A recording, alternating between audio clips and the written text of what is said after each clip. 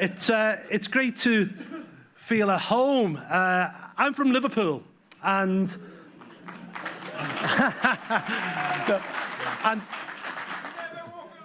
you'll never walk alone. I'm a season ticket holder. I was about to come on to that. And the Liverpool accent is a mixture of English, Irish, Welsh, and Scandinavian, because we were once the biggest port in the world, and people in England struggle to understand us, but at least here, among Scandinavians, I'm sure you understand me more than most people do in London, so I feel at home.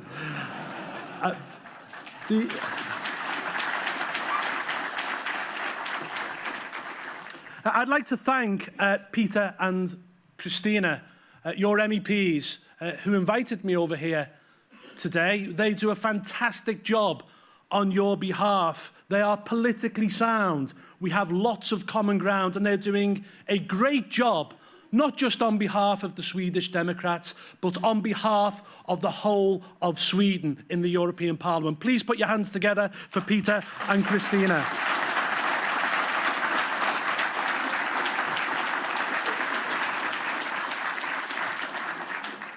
And of course, our two parties, the Swedish Democrats and UKIP, are very similar. In 2006, Nigel Farage took over the leadership of UKIP when it was a party which many people had written off. People thought the party was dying, it was going nowhere. And we were polling around 1%. Now, 9 years on, UKIP went on in 2014 and became the first political party since 1906 to win a national election that wasn't the Labour Party or the Conservatives. We went on this year and scored 4 million votes at the general election. Now, this is similar to you guys, because, of course, Jimmy took over your leadership in 2005 when you were on 2%. And look at what he has led you to. You are now leading in the polls in Sweden. You are a beacon of light to all of us across Europe who believe in national sovereignty and democracy.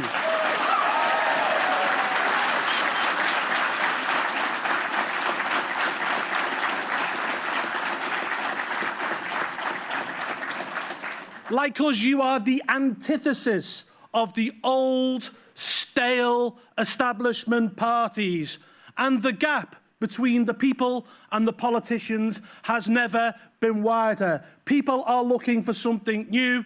People are looking for change. In the UK, it's UKIP, and it's obvious to everyone now across Europe. In Sweden, it is the Swedish Democrats who are going from strength to strength.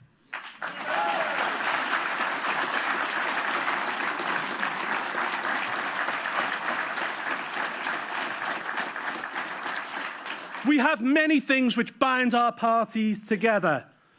Democracy is the first. We sit in the European Parliament. It isn't really a parliament. It's an amending chamber. The laws are not made in the European Parliament. They're not made by the democratically elected MEPs. They're made about a mile up the road in a building called the Parliament Building, where 28 European commissioners, all unelected, meet in secret and draw up the legislation. Now, over half the laws in my country are now made in that fashion. They don't begin in London, they begin in Brussels. And it is the same here in Sweden. And what you guys want and what we want is that the people who make the laws are the people we directly elect. We want it to be in London, you want it to be in Stockholm. Ladies and gentlemen, that is national sovereignty, that is democracy, and that is what we both stand for.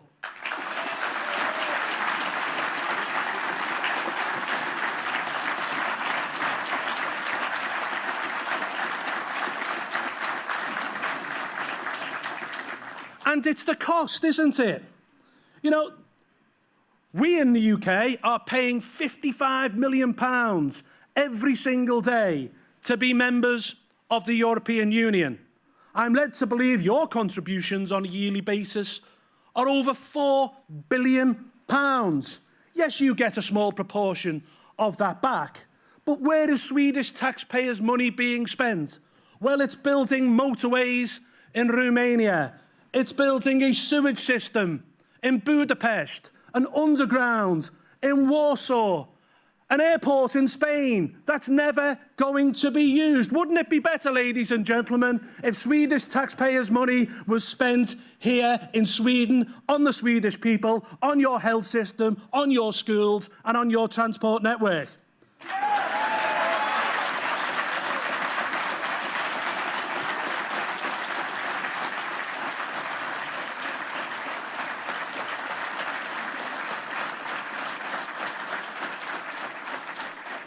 And you couldn't make this nonsense up. The European Union hasn't had its account signed off for 20 years on the run. If the European Union was a private business, the chairman, the chief executive, and the board would all be in prison.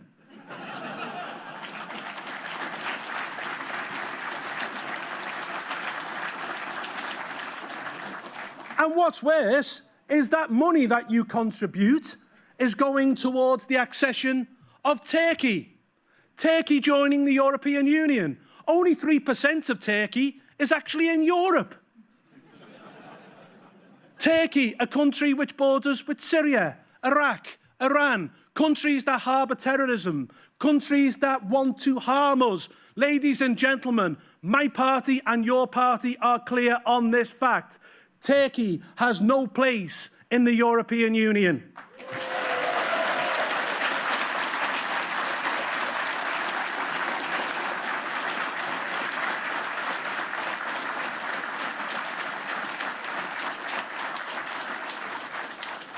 And whilst you're members of this club, you cannot control your own borders.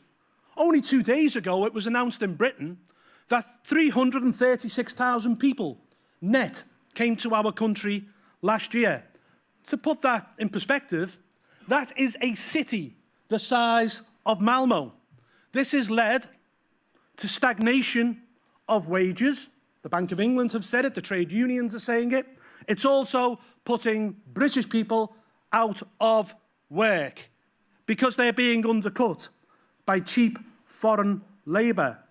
And you guys are in the same boat. You're projected to have 200,000 people coming to this country this year. That is the highest per capita in the whole of Europe. And what we're saying, and what you're saying, is that there's nothing racist, there's nothing xenophobic about saying we want to control our own borders. We should have the ability to say who we want and who we don't want to come to our countries. That is democracy, ladies and gentlemen. And the totem of any sovereign state is that you have the ability to control your own borders. Whilst we're members of the European Union, you cannot do this. Therefore, we in UKIP believe Britain would be better off outside the EU altogether. And I'm guessing if we leave, and I suspect we will in 2017, Sweden may well follow our lead.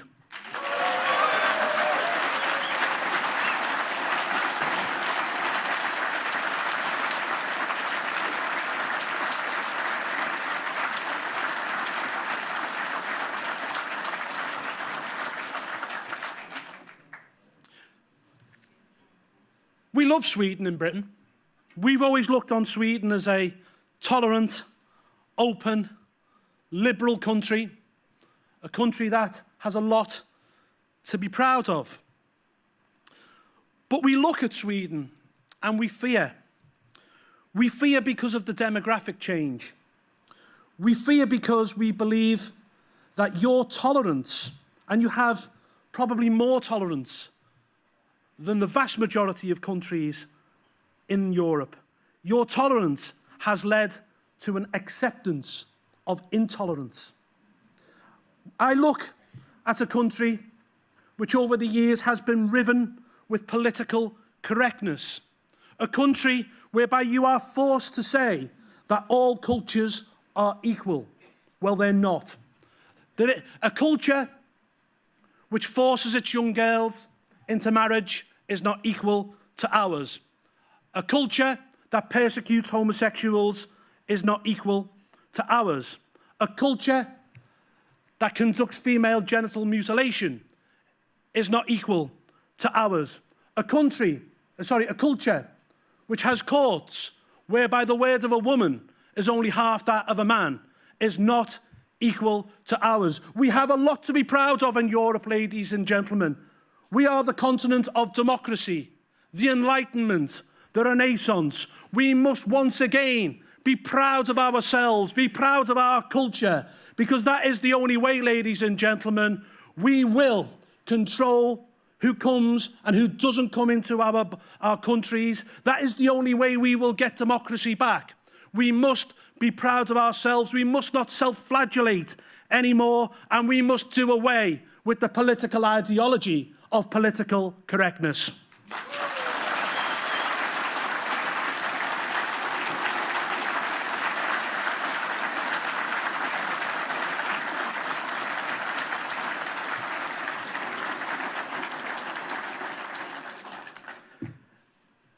A couple of weeks ago, I took a walk in Brussels with Jimmy around an area called Molenbeek. For those of you who don't know, Molenbeek is the centre of European jihad. It's where a number of attacks have originated, even a number of the Paris terrorists who slain young innocent people in a theatre, enjoying food in restaurants. They came from this place called Molenbeek. Molenbeek is a snapshot, ladies and gentlemen, of everything which has gone wrong. Molenbeek has been under the boot of aggressive, forced multiculturalism. A forced multiculturalism that hasn't created the diversity which they thought it would. What it's done is it's created division. Because Molenbeek is a ghetto where people come in their droves from foreign nations and do not integrate into society. They do not learn the language. They don't really get to meet people outside of their own community.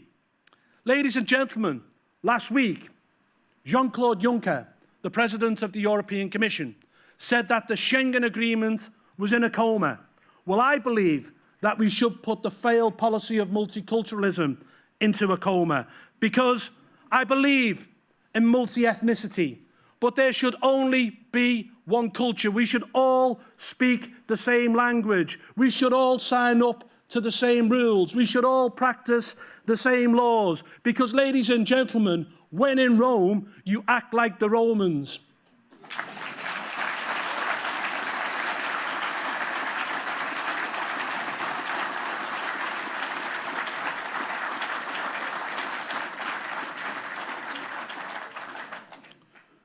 We have a fantastic future ahead of us. Your party and my party. People are really connecting with what we have to say. Do you know why? Because we speak the language of the people. We straight talk. We tell it how it is. We say the things that other people are thinking, but actually don't have the honesty to say. And that is why people are flocking to us. That is why we are going up in the polls. The old days of the cardboard cutout Teflon politician that speaks like this and has been over media trained is over. What people want are normal folk in their parliament. They want their politicians to sound, act and look like normal people. And that's what you have in this party with Peter and Christina and Jimmy. Normal people who will stand up for the rights of working class people who have not been stood up for a long time. People who've been left behind by the establishment, left behind by the old political parties. And ladies and gentlemen, that's why I believe you, the Swedish Democrats, will go on and win.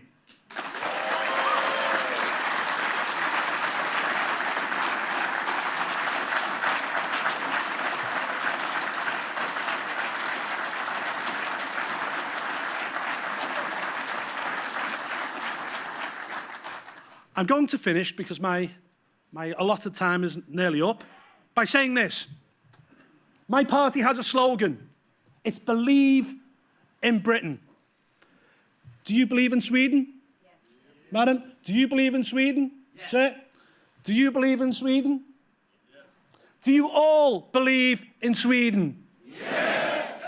We in Britain also believe in Sweden, and we will be by your side right the way through until you prevail. Thank you very much.